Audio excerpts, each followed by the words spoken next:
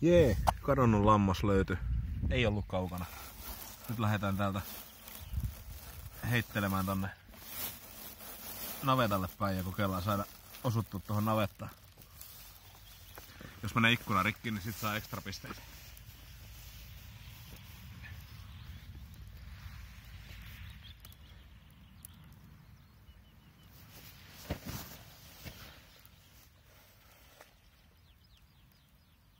No melkein.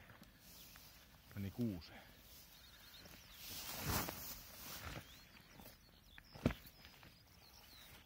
Yes! Katolle otti kiinni, mutta osui.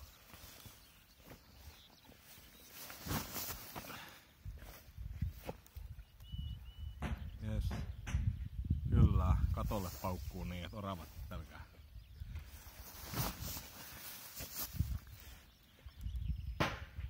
Kyllä.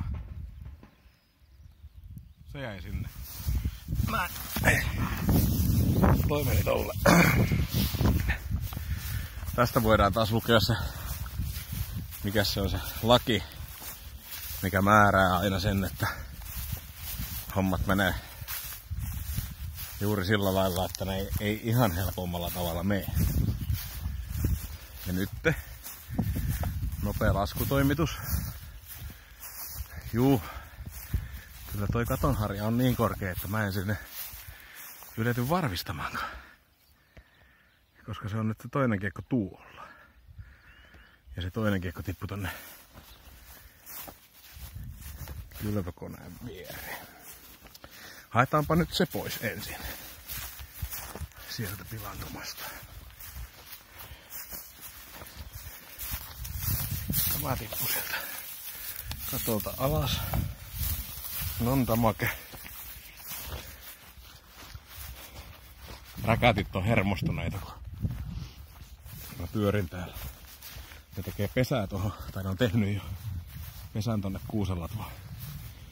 Ne ajoi sieltä närhen pois alkukeväästä ja ollut kyllä hyvin tietoinen omasta oikeudestaan olla milloin missäkin, mutta nyt ne on sitten niinku tuolla ne kiekot. Pakko sieltä punkki 2 hakea. Täällä niitä ei varmaan just yhtään oo. Vedetään tosta karatepotkulla toinen diski tuohon. Sitten tsekataan nopeet punkit. Ei oo. Ei oo. Ei oo enää. Noin, nyt ollaan tässä kuusen vieressä. Nyt kun mä löysin kaikki kiekot näin äkkiä, paitsi sen yhden, niin mä haluan kuvata taivasta. Ja mä haluan heittää nää uudelleen vittuun, mutta tuolla on nyt tommonen ämpäri ihan kumollansa. Niin mä heitän ne sinne kaikki. Tai sinne päin. Ehkä. Tai heitän mä sit joka tapauksessa sen ihan obviously. Että millä mä saan ne näytetyksi toteen. En millään. Jos mä kysyn tätä luuria sitten sellaiseen paikkaan, mistä se näkyy. Esimerkiksi missä se ämpäri edes on tuolla? Mä en tätä saa tehdä muuta kuin jotenkin ihan supervinoa. No, tulkaa toimeen sen kanssa. Täällä on nuoret niskat.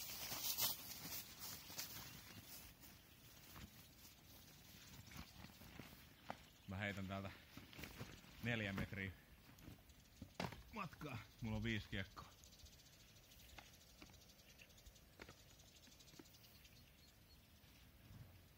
Puskaa.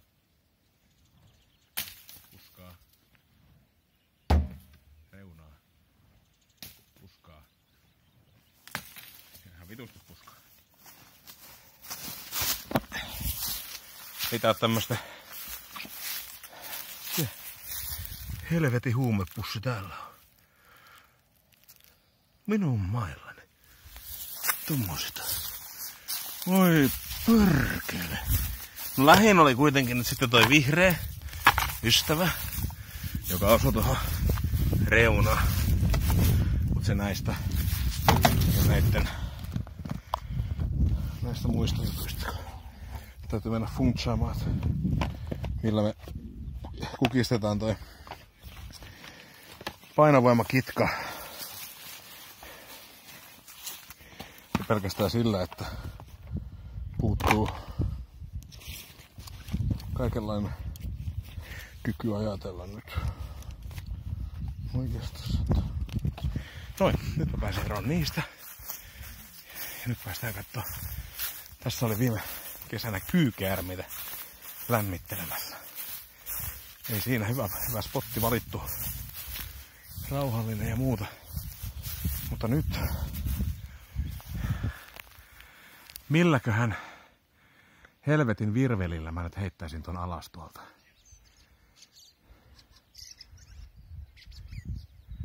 Sinne meni räkättirastas. Täällä haisee niin kovasti nyt toi hevosen paska, että niin oikein puistattaa.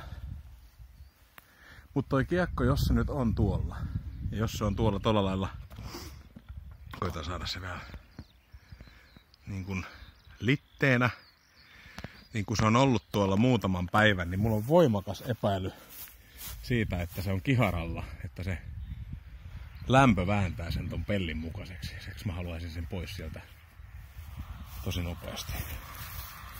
Mutta olkoon se sitten huolenaihe huomisen. Nyt mä siirryn tällä sekasotkusta ja aivan absoluuttisen upeasta kelistäni tonne sisälle. Ja laitan teille filkan latautumaan. Ja sitten saatte äkkiä huomiselle esimerkiksi antaa mulle vinkin siihen, että kuinka ton lätyn saa veke tuolta. Mutta ei kai siinä. Suomen peliä katsomaan. Kumpi voittaa? Karhu vai leijona?